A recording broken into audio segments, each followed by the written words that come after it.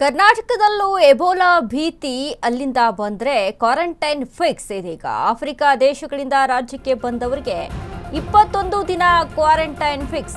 ಕರ್ನಾಟಕದಲ್ಲೂ ಎಬೋಲಾ ಭೀತಿ ಅಲ್ಲಿಂದ ಬಂದ್ರೆ ಕ್ವಾರಂಟೈನ್ ಫಿಕ್ಸ್. ಆಫ್ರಿಕಾ ದೇಶಗಳಿಂದ ರಾಜ್ಯಕ್ಕೆ ಬಂದವರಿಗೆ 21 ದಿನ ಕ್ವಾರಂಟೈನ್ ಫಿಕ್ಸ್. ರಾಜ್ಯಾದ್ಯಂತ ಹೈ ಅಲರ್ಟ್ ಘೋಷಿಸಿದ ಸಿದ್ದರಾಮಯ್ಯ ಸರ್ಕಾರ. ಸೋಂಕು ಭಾರತಕ್ಕೆ ಕಾಲಿಡದಂತೆ ತಡೆಯಲು ಕೇಂದ್ರ ಎಚ್ಚರಿಕೆ. ಕೇಂದ್ರ ಸರ್ಕಾರದ ಆದೇಶದ ಬೆನ್ನಲ್ಲೇ ರಾಜ್ಯ ಸರ್ಕಾರ ಅಲರ್ಟ್ ಆಗಿದೆ. ಏರ್ಪೋರ್ಟ್ ಬಂದರುಗಳಲ್ಲಿ ಕಟ್ಟುನಿಟ್ಟಿನ ತಪಾಸಣೆಗೆ ಸೂಚನೆ. ಆಫ್ರಿಕಾ ಖಂಡದಲ್ಲಿ ಸಾವಿನ ರುದ್ರ ನರ್ತನ ಗೆಯುತ್ತಿದೆ. ಥರ್ಮಲ್ ಸ್ಕ್ಯಾನರ್ ಪ್ರಯಾಣದ ಹಿನ್ನೆಲೆಯ ಪರಿಶೀಲನೆ. ಅನುಮಾನಾಸ್ಪದ ಪ್ರಕರಣ ಕಾಣಿಸಿದ್ರೆ ತಕ್ಷಣ ಐಸೋಲೇಷನ್. ಆಫ್ರಿಕಾದಲ್ಲಿ ಎಬೋಲಾ ಆರ್ಭಟ ಕರುನಾಡಿಗೂ ಕಂಟಕ. ಹೀಗಾಗಿ ಮುನ್ನೆಚ್ಚರಿಕೆಯನ್ನು ವಹಿಸಿಕೊಳ್ತಾ ಇದ್ದಾರೆ ನಮ್ಮ ದೇಶದಲ್ಲೂ ಕೂಡ, ಅದರಲ್ಲಿ ಕರ್ನಾಟಕಕ್ಕೂ ಕೂಡ ಒಕ್ಕರಿಸುತ್ತಾ ಡೆಡ್ಲಿ ವೈರಸ್ ಎಬೋಲಾ ಅನ್ನುವಂಥ ಭೀತಿಯಿಂದಾಗಿ ಕರ್ನಾಟಕದಲ್ಲೂ ಕ್ವಾರಂಟೈನ್ ಅನ್ನ ಮಾಡ್ತಾ ಇದ್ದಾರೆ. 21 ದಿನ ಆಫ್ರಿಕಾದಿಂದ ದೇಶಗಳಿಂದ ರಾಜ್ಯಕ್ಕೆ ಬಂದವರು 21 ದಿನ ಕ್ವಾರಂಟೈನ್ ಇರಬೇಕಾಗುತ್ತೆ. ರಾಜ್ಯಾದ್ಯಂತ ಹೈ ಅಲರ್ಟ್ ಘೋಷಿಸಿದ ಸಿದ್ದರಾಮಯ್ಯ ಸರ್ಕಾರ.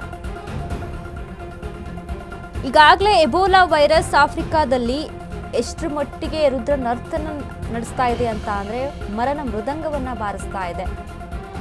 ಸಾವಿನ ಸಂಖ್ಯೆ ಹೆಚ್ಚಾಗಿದೆ ಇದರಿಂದ, ಎಬೋಲಾ ವೈರಸ್ ಇಂದ. ಆಫ್ರಿಕಾದ ಕಾಂಗೋ ಪ್ರದೇಶದ ಬಳಿ ಇರುವಂಥ ಎಬೋಲಾ ರಿವರ್ ಪಕ್ಕದಲ್ಲಿ ಬಂದಂಥ ವೈರಸ್ಸು.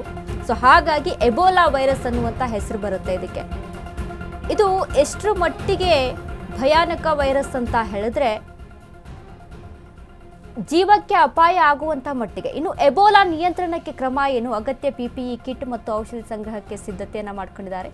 ತ್ವರಿತ ಪ್ರಕ್ರಿಯಾ ತಂಡಗಳನ್ನು ಸಜ್ಜುಗೊಳಿಸಲು ಸೂಚನೆಯನ್ನು ಕೊಟ್ಟಿದ್ದಾರೆ. ಸೋಂಕಿತರ ರಕ್ತ ಅಂಗಗಳು ಬೆವರಿನಿಂದ ಹರಡುವ ರೋಗ ಇದು. ಹಾಸಿಗೆ, ಬಟ್ಟೆ, ಸಿರಿಂಜ್ನಂತಹ ಕಲುಷಿತ ವಸ್ತುಗಳಿಂದ ಹರಡುತ್ತೆ. ತೀವ್ರ ನಿಗಾ ವ್ಯವಸ್ಥೆ, ಅನುಮಾನಾಸ್ಪದ ಪ್ರಕರಣಗಳ ಮೇಲ್ವಿಚಾರಣೆ. ವಿಮಾನ ನಿಲ್ದಾಣಗಳಲ್ಲಿ ತೀವ್ರ ಪರೀಕ್ಷೆ ನಡೆಸಲು ಸೂಚನೆಯನ್ನ ಕೊಟ್ಟಿದೆ. ಪ್ರತ್ಯೇಕ ಕ್ವಾರಂಟೈನ್, ಐಸೋಲೇಷನ್, ಆಂಬ್ಯುಲೆನ್ಸ್ ವ್ಯವಸ್ಥೆ ಕೂಡ ಮಾಡಬೇಕು. ಆರೋಗ್ಯ ಸಿಬ್ಬಂದಿಗೆ ಎಬೋಲಾ ಬಗ್ಗೆ ತರಬೇತಿ ಕೊಡಬೇಕು. ಅಗತ್ಯ PPE ಕಿಟ್ ಮತ್ತು ಔಷಧ ಸಂಗ್ರಹಕ್ಕೆ ಸಿದ್ಧತೆಯನ್ನ ಮಾಡ್ಕೊಂಡಿದೆ. ಅಂದರೆ ವೈರಸ್ ಈಗಾಗಲೇ ಆಫ್ರಿಕಾದಲ್ಲಿ ಎಷ್ಟರ ಮಟ್ಟಿಗೆ ಜೀವ ಹಾನಿ ಆಗ್ತಾ ಇದೆ, ಜೀವಗಳನ್ನ ಕಳೆದುಕೊಳ್ತಾ ಇದ್ದಾರೆ ಅಂತ ಅಂದರೆ ನಿಜಕ್ಕೂ ಈಗ ದೇಶಾದ್ಯಂತ ಕೊರೋನಾ ಹೇಗೆ ವ್ಯಾಪಿಸಿತ್ತು, ಇಡೀ ಪ್ರಪಂಚದಾದ್ಯಂತ ಕೊರೋನಾ ಯಾವ ಮಟ್ಟಿಗೆ ತನ್ನ ಒಂದು ರುದ್ರಾವತಾರವನ್ನು ತಾಳ್ಕೊಂಡು ನಿಂತಿತ್ತು, ಅದಕ್ಕೆ ಜನ ಎಷ್ಟರ ಮಟ್ಟಿಗೆ ಸಾವನ್ನಪ್ಪಿದ್ರು ಅನ್ನೋದು ಎಲ್ಲರೂ ಕೂಡ ಗೊತ್ತಿದೆ. ನಮ್ಮ ದೇಶದಲ್ಲೂ ಕೂಡ ಎಲ್ಲರೂ ಕೂಡ ಅನುಭವಿಸಿದ್ದೀವಿ ಆ ಒಂದು 2 ವರ್ಷದ ಕಷ್ಟವನ್ನು. ಸೊ ಇದು ಎಬೋಲಾ ಕೂಡ ಅದಕ್ಕಿಂತ ಭಯಾನಕವಾದಂಥ ವೈರಸ್ಸು.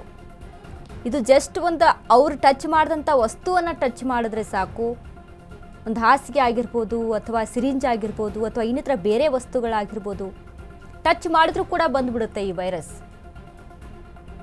ಇನ್ನು ಇದರ ಲಕ್ಷಣಗಳು ತೀವ್ರ ಜ್ವರ ಕಾಣಿಸ್ಕೊಳ್ಳುವಂಥದ್ದು, ತಲೆನೋವು, ಹೊಟ್ಟೆ ನೋವು, ವಾಂತಿ, ಬೇದಿ ಈ ರೀತಿಯಾಗಿ ಕಾಣಿಸ್ಕೊಳ್ಳುತ್ತೆ. ಏನೋ ಒಂದು ಚೂರು ಆರೋಗ್ಯದಲ್ಲಿ ವ್ಯತ್ಯಾಸ ಆಯಿತು ಅಂತಂದಾಗ ದಯವಿಟ್ಟು ಹೋಗಿ ವೈದ್ಯರನ್ನು ಸಂಪರ್ಕಿಸಿ, ಯಾವುದೂ ಕೂಡ ಕೇರ್ಲೆಸ್ ಮಾಡಬಾರ್ದು. ಬಟ್ ಇದೀಗ ಆಫ್ರಿಕಾ ದೇಶದಿಂದ ನಮ್ಮ ದೇಶಕ್ಕೂ ಕೂಡ ಪ್ರಯಾಣಗಳನ್ನು ಬೆಳೆಸ್ತಾ ಇರ್ತಾರೆ, ಗಮನಿಸಿದ್ದೀವಿ. ನಮ್ಮ ದೇಶದಲ್ಲೂ ಕೂಡ ಸಾಕಷ್ಟು ಆಫ್ರಿಕನ್ಸ್ ಇದ್ದಾರೆ. ಸೊ ಹಾಗಾಗಿ ಈಗ ವಿಮಾನ ನಿಲ್ದಾಣಗಳಲ್ಲಿ, ಬಂದರುಗಳಲ್ಲಿ ತಪಾಸಣೆಯನ್ನು ಮಾಡುವಂಥದ್ದು. ಇನ್ನು ಆ ದೇಶದಿಂದ ಯಾರು ಬರ್ತಾರಲ್ಲ ಅವರಿಗೆ 21 ದಿನ ಕ್ವಾರಂಟೈನಲ್ಲಿ ಇರ್ತಾರೆ. ವೈರಸ್ ಇದೆಯಾ ಇಲ್ವಾ ಅದ್ರ ಬಗ್ಗೆ ತಪಾಸಣೆಯನ್ನು ನಡೆಸಲಾಗುತ್ತೆ. ತುಂಬ ಭಯಾನಕವಾದಂಥ ರೋಗ ಎಬೋಲಾ. ಮೊದಲನೇದಾಗಿ ಅಲ್ಲಿರುವಂಥ ಏನು ರಿವರ್ನ ಪಕ್ಕದಲ್ಲಿರುವಂಥ ಪ್ರಾಣಿಗಳಲ್ಲಿ ಬಂದಂಥ ಕಾಯಿಲೆ ಇದು. ಪ್ರಾಣಿಗಳಿಗೆ ಕಾಣಿಸ್ಕೊಂಡು ಅದರಂಥ ಮನುಷ್ಯನಿಗೂ ಕೂಡ ತುಂಬ ಫಾಸ್ಟಾಗಿ ಹರಡುತ್ತೆ ಈ ರೋಗ. ಮಾಸ್ಕ್ ಧರಿಸುವಂಥದ್ದು, ಸ್ಯಾನಿಟೈಸ್, ಏನು ನಾವು ಕೊರೋನಾ ಟೈಮಲ್ಲಿ ಒಂದಿಷ್ಟು ಆರೋಗ್ಯ ಸಲಹೆಗಳಿತ್ತಲ್ಲ ಅದನ್ನೆಲ್ಲವೂ ಕೂಡ ಫಾಲೋ ಮಾಡಬೇಕು. ಸೊ ಹಾಗಾಗಿ ಈ ರೀತಿಯಾಗಿ ಎಚ್ಚರಿಕೆಯನ್ನು ಸರ್ಕಾರ ಸಹಿತ ಕೊಟ್ಟಿದೆ.